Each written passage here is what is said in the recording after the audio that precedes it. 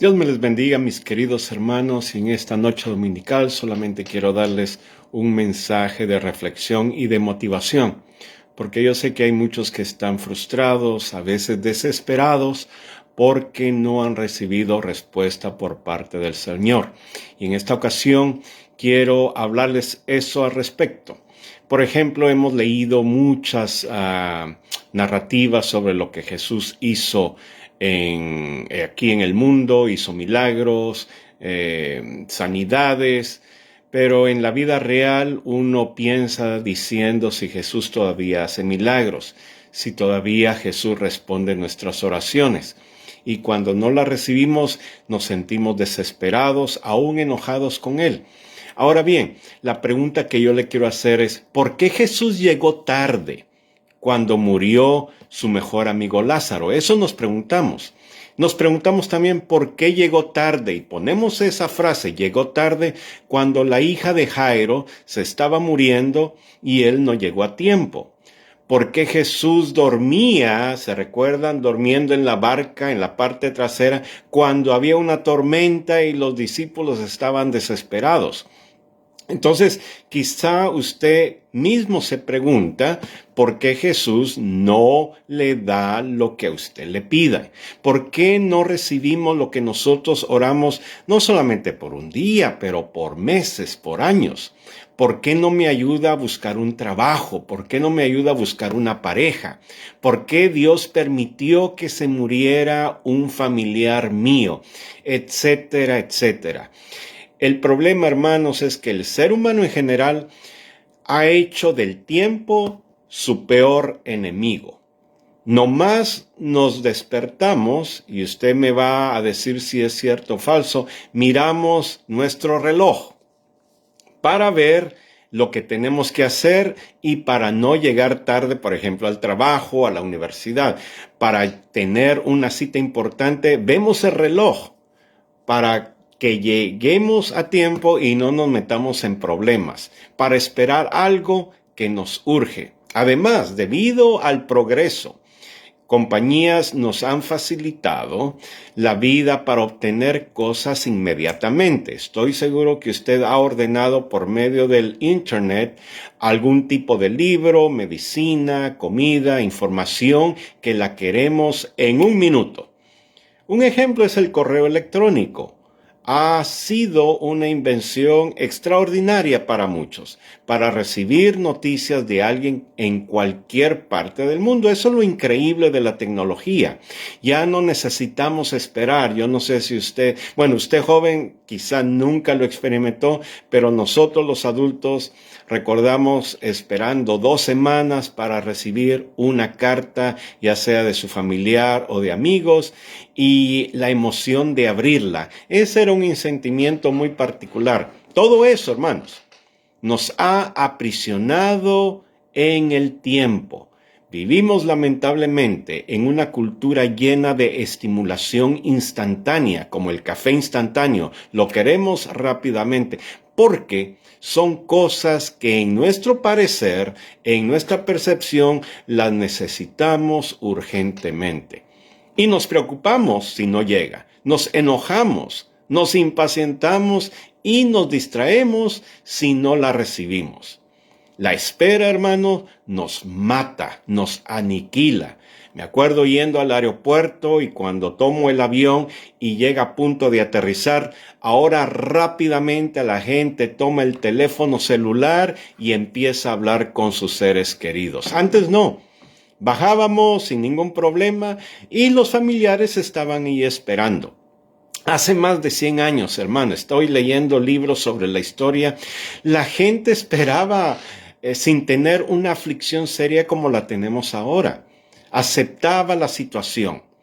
Todo tipo de trabajo lo tomaban con tranquilidad y con paciencia. Por ejemplo, el agricultor no tenía la preocupación de lo que iba a pasar en el clima, si iba a haber tormenta, lluvia. Claro que tenía un poco de aflicción, sin embargo, esperaba la cosecha a su tiempo y dependía más de Dios. El transporte hace tiempo llevaba la mercancía y tomaba semanas, y la gente pacientemente lo esperaba. era todo más tranquilo. Esto, hermanos, ahora que pasa en el siglo XXI, ha afectado aún en el mundo cristiano. Y eso es lo que quiero hablar. Queremos las cosas ya. Queremos la sanidad ya. Queremos los milagros ya. Y queremos que Dios nos responda al tiempo nuestro. Para Dios, hermano, el tiempo no es un factor. Recuerde que Dios es eterno. Puede ver todas las situaciones desde un lente completamente amplio, perfecto y mejor que nosotros. Es como que si nosotros viéramos a una hormiguita caminando y podemos ver el destino de esta hormiguita, que va a pasar un tiempo un poco largo, pero nosotros sabemos el destino.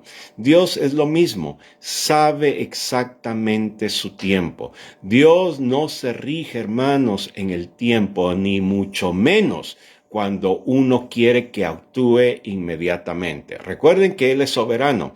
Claro que Dios responde las oraciones, pero Él es soberano. A veces, hermano, no dejamos a Dios que sea Dios, sino queremos meter a Dios en nuestra caja de necesidades, en nuestro límite de urgencias. La razón más importante por qué Jesús tardaba, y pongo entre comillas porque en realidad Dios nunca se tarda, era con el único objetivo de enseñar fe. Ese es el único objetivo de Dios para con nosotros. En Juan capítulo 11, se recuerda cuando Jesús recibió la noticia de que su mejor amigo, Lázaro, había muerto. No fue él inmediatamente diciendo, tengo que apurarme para resucitarlo, sino que él se tardó más. Él dijo, tranquilos, aquí nada ha pasado. Cuando llegó, María y Marta le reclamaron diciéndole con escuela que era su culpa. Si él hubiera venido más temprano, Lázaro no habría muerto. Sin embargo, Jesús le respondió a las dos, yo soy la resurrección y la vida. El que cree en mí vivirá aunque muera, y todo el que vive y cree en mí no morirá jamás. Mire qué tremendo. Y al final le pregunta, ¿crees esto? Jesús quería que tuvieran fe.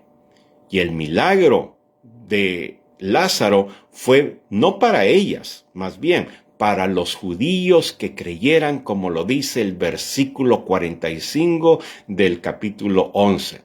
Mire, con la hija de Jairo fue lo mismo. Jesús lo escuchó y él se admiró de la fe de Jairo. Tomó su tiempo.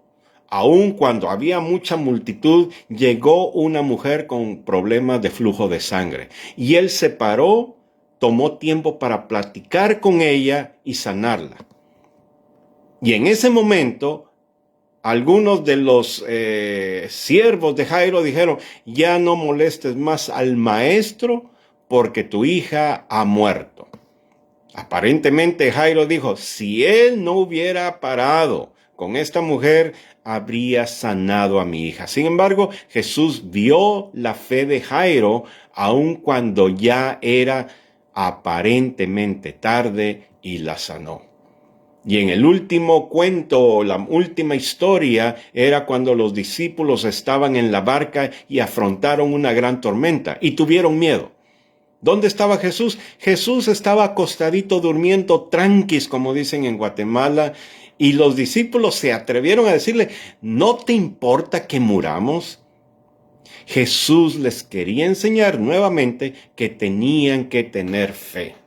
Pero aun cuando calmó las aguas, ellos todavía seguían incrédulos. El tiempo, hermanos, es el reto de fe para nosotros. Tanto en el siglo I, ahora en el siglo XXI.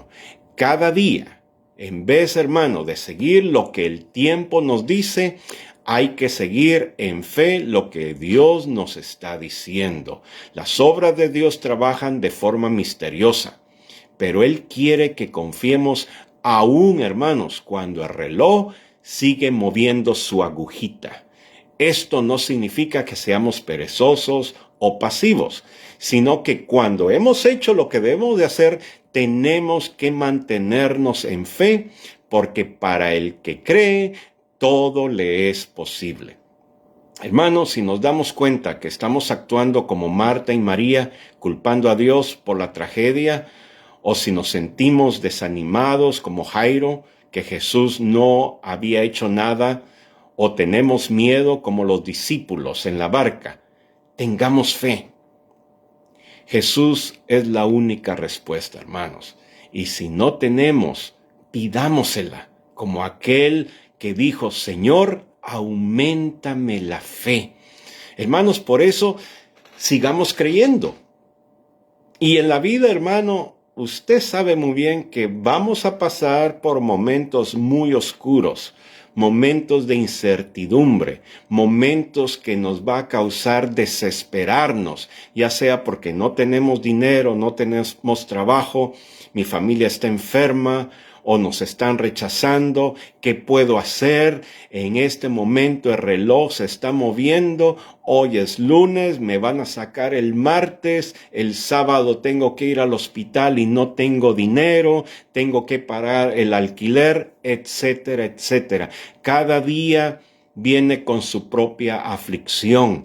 Pero Jesús en Mateo, en el Sermón del Monte, en el Mateo capítulo 6, 7 y 8, nos dicen, miren las aves de los cielos, que ellos no cosechan, pero cuando vuelan ahí mismo, Dios les provee el alimento. Vean las plantas, que ni el rey Salomón se había vestido como ellas. Dios tiene el control de la vida, hermanos. Él tiene el control del tiempo y sabe tu necesidad y sabe mi necesidad. Y en realidad, nosotros como humanos tenemos ese punto de desesperarnos. Pero el salmista dice, pacientemente esperé a Jehová, y Jehová escuchó mi clamor. El problema es, hermanos, que nos hemos desconectado con Dios en sus promesas. Y lamentablemente nos hemos conectado mucho con esto, el reloj. Todo lo que nosotros hacemos está regido por el rey reloj, que cuando nos levantamos tenemos que hacer esto. Claro, no estoy dando excusa a la irresponsabilidad o a la pereza, pero cuando llegue el momento en el cual en realidad necesitamos algo, veamos al cielo, subamos nuestros brazos, nuestras manos, diciéndole, Señor, ayúdame. Señor, te pido que me aumentes la fe, porque en este momento son pruebas para mí. Entonces, hermano, recuerde, Jesús nunca llega tarde. Jesús siempre llega a tiempo, porque Él es el que ha controlado todas las cosas en el universo, y si nosotros somos hijos de Dios, Él nos va a cuidar como el Padre Celestial, que nos provee, que nos cuida, que nos bendice.